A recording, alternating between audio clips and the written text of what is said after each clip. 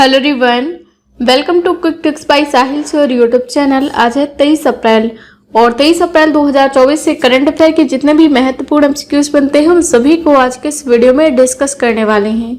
साथ ही साथ additional fact भी डिस्कस करेंगे जिनसे आप सभी के एग्जाम्स में क्वेश्चन पूछे जाते हैं। और देखिए, आज से आपको डेली बेसिस पे करंट अफेयर के 15 क्वेश्चन मिलने वाले हैं, क्योंकि 10 एमसीक्यू डिस्कस करने में हो सकता है कुछ खबरें जो छोटी हों और बाय द वे उनको एग्जाम में पूछ लिया जाए तो आपका नुकसान न हो, इसलिए कोई भी क्वेश्चंस मेरे द्वारा छोड़ा नहीं जाएगा, ठीक है। और देखिए, आप सभी का एक इशू रहता है कि आपको पीडीएफ नहीं मिलती है, तो आपको quick tips by Sahil sir application को डाउनलोड करना है। वहां पर आपको डेली करंट अफेयर की पीडीएफ और जो मंथली मैगजीन है वो आप सभी को मिल जाएगी। फर्स्ट ऑफ ऑल रिविजन कर लेते हैं प्रीवियस क्लास का। अभी नलिन प्रभात को राष्ट्रीय सुरक्षा गार्ड के प्रमुख के रूप में नियुक्त किया गया है। 21 अप्रैल को राष्ट्रीय सिविल सेवक दिवस के रूप में मनाया गया है। दीपिका सोरेन को आगामी खिलाड़ी के लिए हॉकी इंडिया का अंशुता लाकड़ा पुरस्कार मिला है। आईपीएल में 250वां मैच खेलने वाले दूसरे खिलाड़ी बने हैं रोहित शर्मा। अभी एक जाने माने क्रिकेटर है रमन सुब्बारोयन का निधन हो गया है। भारतीय सेना प्रमुख मनोज पांडे ने उज्बेकिस्तान में हाईटेक लैब का उद्घाटन किया है।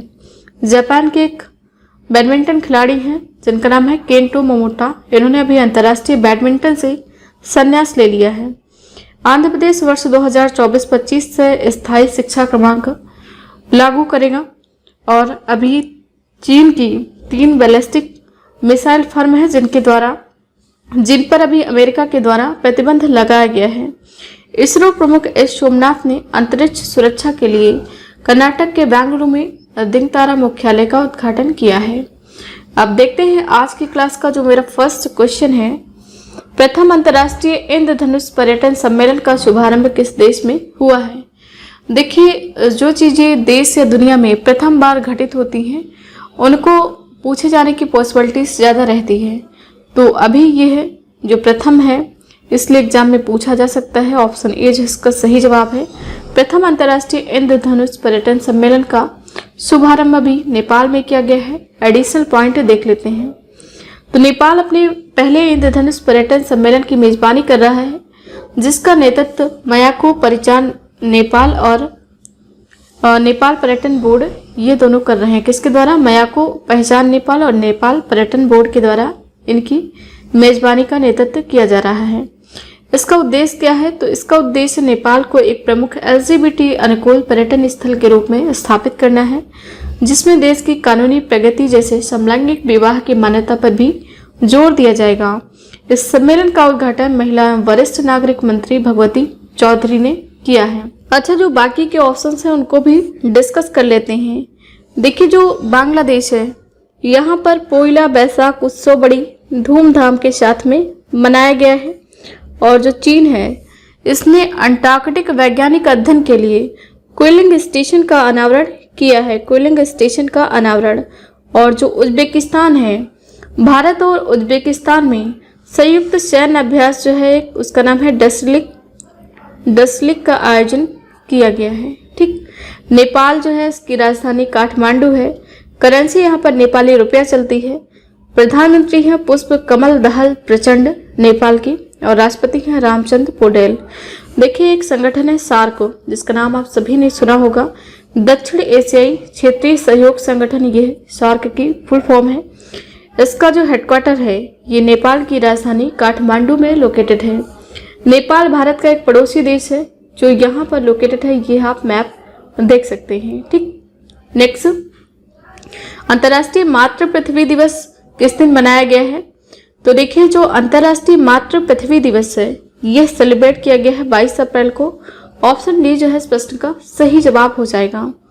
एडिशनल पॉइंट की बात करें तो हर साल 22 अप्रैल को अंतर्राष्ट्रीय मातृ पृथ्वी दिवस मनाया जाता है। यह पर्यावरण संरक्षण के लिए समर्थन का संकल्प लेने हेतु दुनिया भर में मनाया जाने वाला एक अंतर्राष्ट्रीय कार्यक्रम है। पृथ्वी दिवस जो पहली बार मनाया गया है ये 22 अप्रैल 1970 को मनाया गया है। उसके बाद वर्ष 2009 में संयुक्त राष्ट्र ने 22 अप्रैल को अंतर्राष्ट्रीय मातृ पृथ्वी दिवस के रूप में नामित किया है। इस दिवस को मनाने का जो मेन ऑब्जेक्टिव है पर्यावरणीय मुद्दों के बारे में जागरूकता बढ़ाना, साथ ही साथ लोगों को पर्यावरण अनुकूल जीवन पद्धतियों को अपनाने के लिए प्रोत्साहित करना, यह मेन पर्पज है अंतर्राष्ट्रीय मातृ पृथ्वी दिवस का। इस बार की जो थीम है आपसे एग्जाम में पूछी जा सकती है, थीम है प्लेनेट वर्सेस प्लास्टिक। बहुत ही ज्यादा महत्वपूर्ण है थीम, और यह थीम छात्रों, अभिभावकों, व्यवसायों, सरकारों, चर्चों, यूनियनों, व्यक्तियों और गैर सरकारी संगठनों को मानव और पृथ्वी के स्वास्थ्य की खातिर प्लास्टिक के अंत का आह्वान करने के लिए एकजुट करती है। वर्ष 2040 तक प्लास्टिक और आने वाली पीढ़ियों के लिए प्लास्टिक मुक्त भविष्य का निर्माण करना, यह मेन पर्पज है। ठीक, देखिए अप्रैल मंथ में जो महत्वपूर्ण दिवस सेलिब्रेट किए गए हैं, साथ ही साथ जो उनकी थीम है, इनका क्विक रिवीजन कर लेते हैं। तो अभी 1 अप्रैल को ओडिशा राज्य के स्थापना दिवस के रूप में मनाया गया है, जिसे उत्कल दिवस के रूप में जाना जाता है। 2 अप्रैल को विश्व ऑटिज्म दिवस के रूप में मनाया गया है, थीम है एम्पावरिंग ऑटिस्ट वॉइसेस। 3 अप्रैल को हिंदी रंगमंच दिवस के रूप में मनाया गया है, थीम है थिएटर और शांति के संकेत। 4 अप्रैल को अंतर्राष्ट्रीय खदान जागरूकता दिवस के रूप में मनाया गया है, थीम है जीवन की रक्षा, शांति का निर्माण। 5 अप्रैल को राष्ट्रीय समुद्री दिवस के रूप में मनाया गया है। और देखिए जो राष्ट्रीय समुद्री दिवस 2024 में सेलिब्रेट किया गया है, इसकी थीम क्या है? भविष्य को नेविगेट करना, सुरक्षा पहले। 6 अप्रैल को विकास और शांति के लिए अंतर्राष्ट्रीय खेल दिवस के रूप में मनाया गया है। 7 अप्रैल को विश्व स्वास्थ्य दिवस मनाया गया है। विश्व स्वास्थ्य दिवस 2024 की जो थीम है आपसे एग्जाम में पूछी जा सकती है, थीम है मेरा स्वास्थ्य मेरा अधिकार। 10 अप्रैल को विश्व होम्योपैथी दिवस के रूप में मनाया गया है, थीम है होम्यो परिवार एक स्वास्थ्य एक परिवार। 11 अप्रैल को राष्ट्रीय सुरक्षित मातृत्व दिवस और विश्व पार्किंसन दिवस के रूप में मनाया गया है। 13 अप्रैल को अंतर्राष्ट्रीय पगड़ी दिवस, साथ ही साथ जलियांवाला बाग नरसंहार दिवस के रूप में मनाया गया है। 14 अप्रैल को विश्व चगास रोग दिवस, जिसकी थीम है चगास रोग से निपटना, जल्दी पता लगाएं और जीवन की देखभाल करें। 15 अप्रैल को विश्व कला दिवस के रूप में मनाया गया है। 16 अप्रैल को विश्व आवाज दिवस। 18 अप्रैल को विश्व धरोहर दिवस के रूप में मनाया गया है। देखिए जो विश्व धरोहर दिवस 2024 में मनाया गया, इसकी थीम क्या है? Discover and experience diversity. 19 अप्रैल को विश्व लीवर दिवस के रूप में मनाया गया, थीम क्या है? अपने लीवर को स्वस्थ और रोग मुक्त रखें। Keep your liver healthy and disease free. 21 April को सिविल सेवक दिवस के रूप में मनाया गया, थीम क्या है? नागरिकों को सशक्त बनाना और शासन को बढ़ाना। ये थीम है सिविल सेवक दिवस 2024 की। ठीक है, नेक्स्ट क्वेश्चन, किस भारतीय ग्रैंड मास्टर ने कैंडिडेट्स शतरंज टूर्नामेंट का खिताब जीता है? तो देखिए अभी जो कैंडिडेट्स शतरंज टूर्नामेंट का खिताब है, यह जीता है डी गुकेश ने, यानी कि ऑप्शन बी जो है इसका सही जवाब हो जाएगा। और इमेज जो है आप इनकी यहाँ पर देख सकते हैं। ठीक है,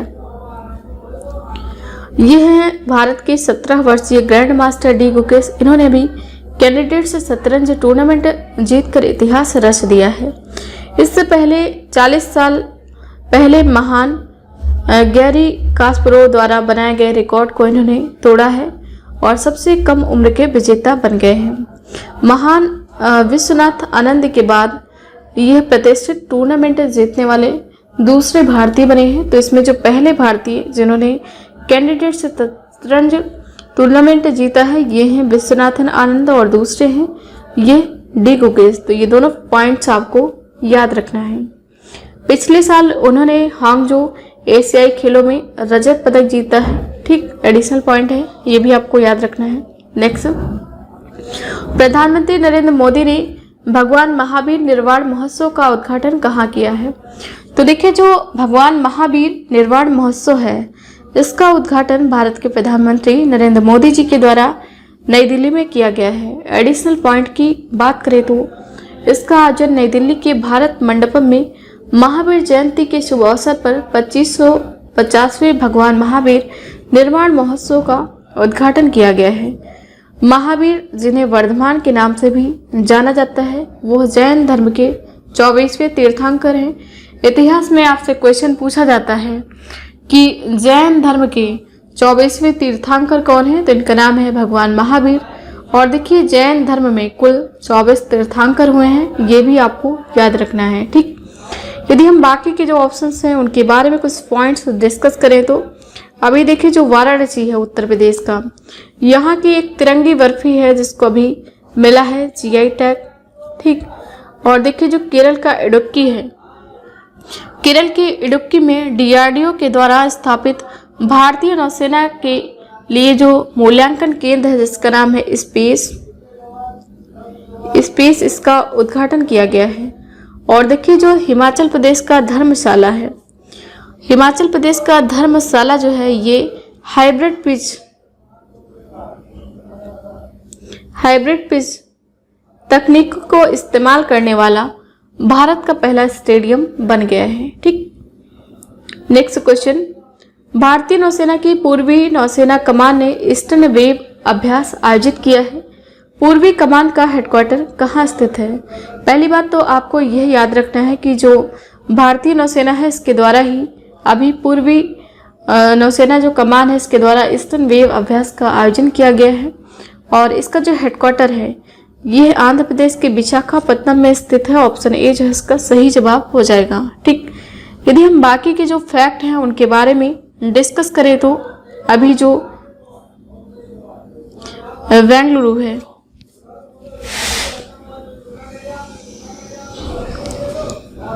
कर्नाटक का बेंगलुरु, यहाँ पर अभी इसरो के जो प्रमुख हैं एस सोमनाथ, इनके द्वारा अंतरिक्ष सुरक्षा के लिए दिंगतारा मुख्यालय खोला गया है। और देखिए जो कर्नाटक का मैसूर है यहाँ पर सुत्तूर यात्रा महोत्सव 2024 का आयोजन हुआ है।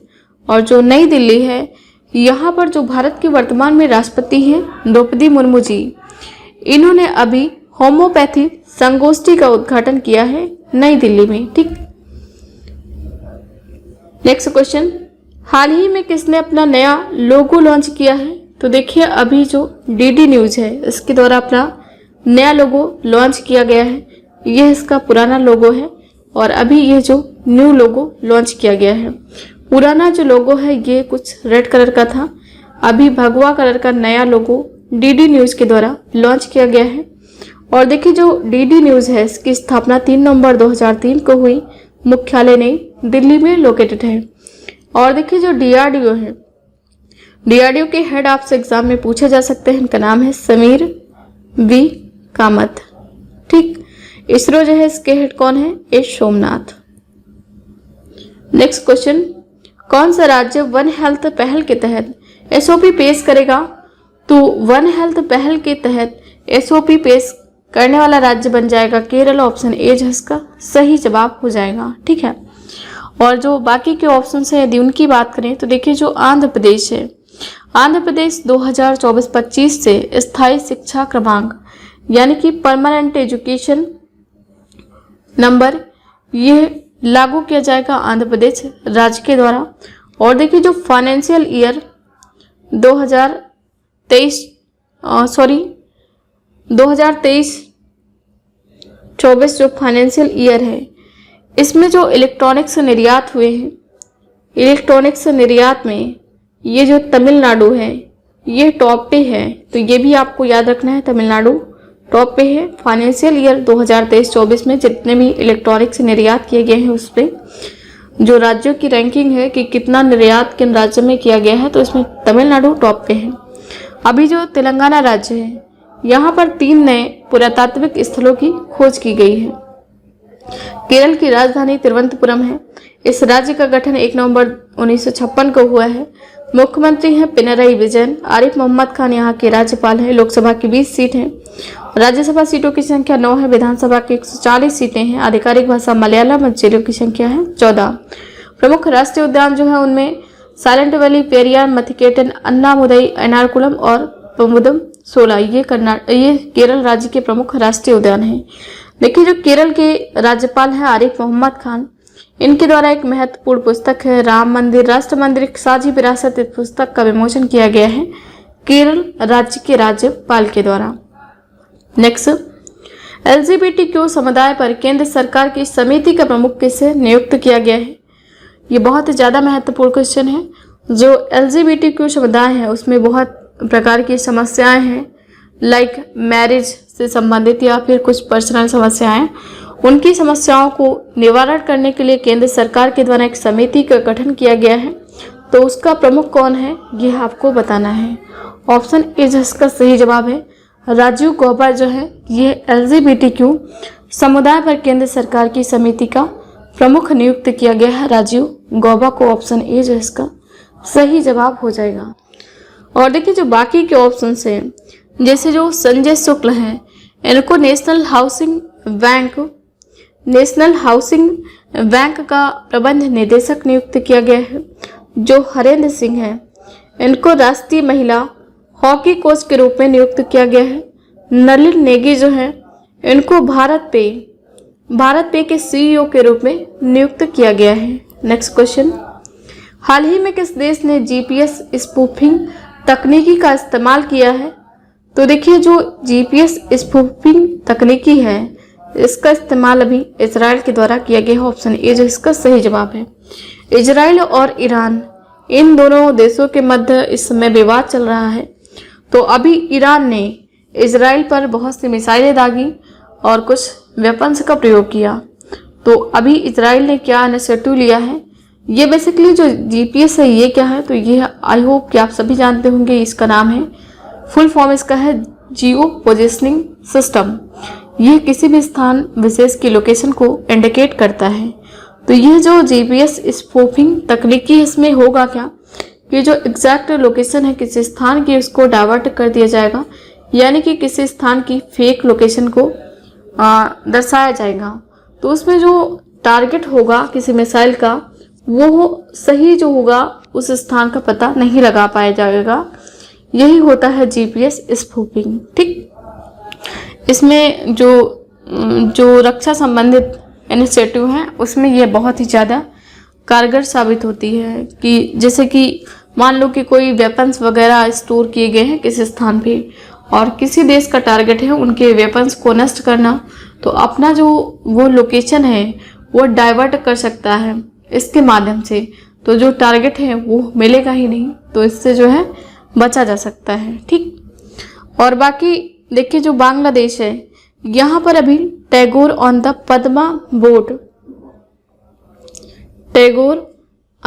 पद्मा बोट का संचालन किया गया है। और जो चीन है, चीन ने अभी कुछ दिनों पहले आइंस्टीन प्रोब नाम का एक नया उपग्रह लॉन्च किया है। और जो फिलीपींस है, तो ब्रह्मोस मिसाइल की पहली खेप भारत जो है ये फिलीपींस को देने वाला है। नेक्स्ट, 4 दिन वर्क वीक वाला एशिया का पहला देश कौन सा बना है? तो देखिए 4 दिन वर्क वीक का मतलब है कि 4 दिन कार्य करना है और 4 दिन छुट्टी है। ये पहला देश बना है सिंगापुर। ऑप्शन ए जो है इसका सही जवाब है। सिंगापुर की कैपिटल क्या है? सिंगापुर सिटी है। करेंसी यहाँ पर सिंगापुर डॉलर चलती है। प्रधानमंत्री हैं ली सिन लूंग, राष्ट्रपति हैं थर्मन शनमुगारत्नम। ठीक, नेक्स्ट क्वेश्चन, आर्टेमिस समझौते में शामिल होने वाला 38वां देश कौन सा बना है? तो देखिए जो आर्टेमिस अकॉर्ड है, इसमें शामिल होने वाला 38वां देश बना है स्वीडन। ऑप्शन बी जो है इसका सही जवाब हो जाएगा। एडिशनल पॉइंट की बात करें तो नासा और अमेरिकी विदेशी विभाग ने वर्ष 2020 में आर्टेमिस समझौते की घोषणा की थी। इसमें भारत और जापान सहित टोटल 38 देशों ने हस्ताक्षर किए हैं और भारत जो है इसमें हस्ताक्षर करने वाला 27वां हस्ताक्षरकर्ता देश बना था। यहाँ पर जो नासा है यह क्या है? तो यह अमेरिका की स्पेस एजेंसी है, यह आपको याद रखना है। इसकी स्थापना 1958 में हुई है। हेडक्वार्टर जो है ये कहाँ है? वाशिंगटन DC में इसका हेडक्वार्टर लोकेटेड है। और देखिए जो नासा के हेड हैं, इनका नाम आपसे एग्जाम में पूछा जा सकता है। इनका नाम है विल नेल्सन। ठीक, बाकी के जो ऑप्शंस हैं यदि उनकी बात करें तो देखिए जो फ्रांस है, फ्रांस के जो प्रेसिडेंट हैं इमैनुअल मैक्रोन। अभी 2024 में जो भारत में रिपब्लिक डे सेलिब्रेट किया गया है, रिपब्लिक डे, इसमें जो फ्रांस के राष्ट्रपति हैं Emmanuel Macron as a chief guest रहे हैं।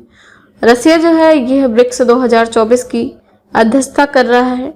और जो नाइजीरिया है यह मेनिंजाइटिस वैक्सीन को लॉन्च करने वाला, मेनिंजाइटिस वैक्सीन को लॉन्च करने वाला दुनिया का पहला देश बना है नाइजीरिया। ठीक, नेक्स्ट, ASI के आर्यभट्ट पुरस्कार से किसे सम्मानित किया गया है?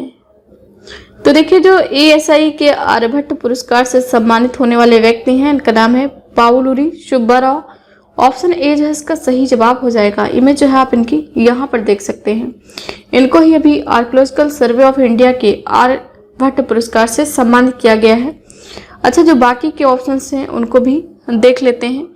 तो अभी जो लोकेश मुनि हैं, इनको अमेरिकी राष्ट्रपति के वॉलंटियर सर्विस अवार्ड 2024 से सम्मानित किया गया है। और जो वेलेरी एडम्स हैं, इनको अंतर्राष्ट्रीय इवेंट एम्बेसडर के रूप में नॉमिनेट किया गया है। प्रोफेसर मीना चरंदा को भी अंतर्राष्ट्रीय संस्कृत पुरस्कार 2024 से सम्मानित किया गया है। नेक्स्ट, हाल ही में किसने सबसे कम लिम्बो स्केटिंग का नया विश्व रिकॉर्ड बनाया है? तो देखिए जो स्केटिंग है ये क्या है, तो जो आप पार्क वगैरह जाते हैं तो वहाँ पर आपने देखा होगा कुछ लोगों को पैर में शूज टाइप का रहता है जिसमें पहिए लगे होते हैं और इस पे चलते हैं, यही बेसिकली स्केटिंग कहलाता है। इसमें भी जो नया रिकॉर्ड बनाया है ये बनाया है तछवी बाघानी ने। इन्होंने किया क्या है, ये जो पोल है देखिए ये कितना मतलब निचले स्तर पे बने हुए हैं। सबसे कम जो पोल की ऊंचाई है, इनसे ऐसे क्रॉस इन्होंने किया है कि इनकी जो बैक है इस पोल को टच ना करे और ये जो दूरी है ये सबसे ज़्यादा हो। ऐसा रिकॉर्ड बनाने का अभी ये जो रिकॉर्ड बनाया है तछवी बाघानी ने बनाया है, जो है लिम्बो स्केटिंग। ठीक, ऑप्शन बी जो है इसका सही जवाब है। और देखिए जो अदिति सेन डे हैं, इन्होंने GD बिड़ला पुरस्कार यानी कि घनश्याम दास बिड़ला पुरस्कार 2023 यह मिला है अदिति सेन डे को। और जो डॉक्टर उमा रैले हैं, यह प्रसिद्ध नृत्यांगना हैं, इनको महाराष्ट्र गौरव पुरस्कार 2024 से सम्मानित किया गया है। तो ये भी आपको याद रखना है, डॉक्टर उमा रैले को महाराष्ट्र गौरव पुरस्कार मिला है। सबसे ज़्यादा महत्वपूर्ण है क्रिस्टीना प्लिस्कोवा, जो कि है चेक गणराज्य की।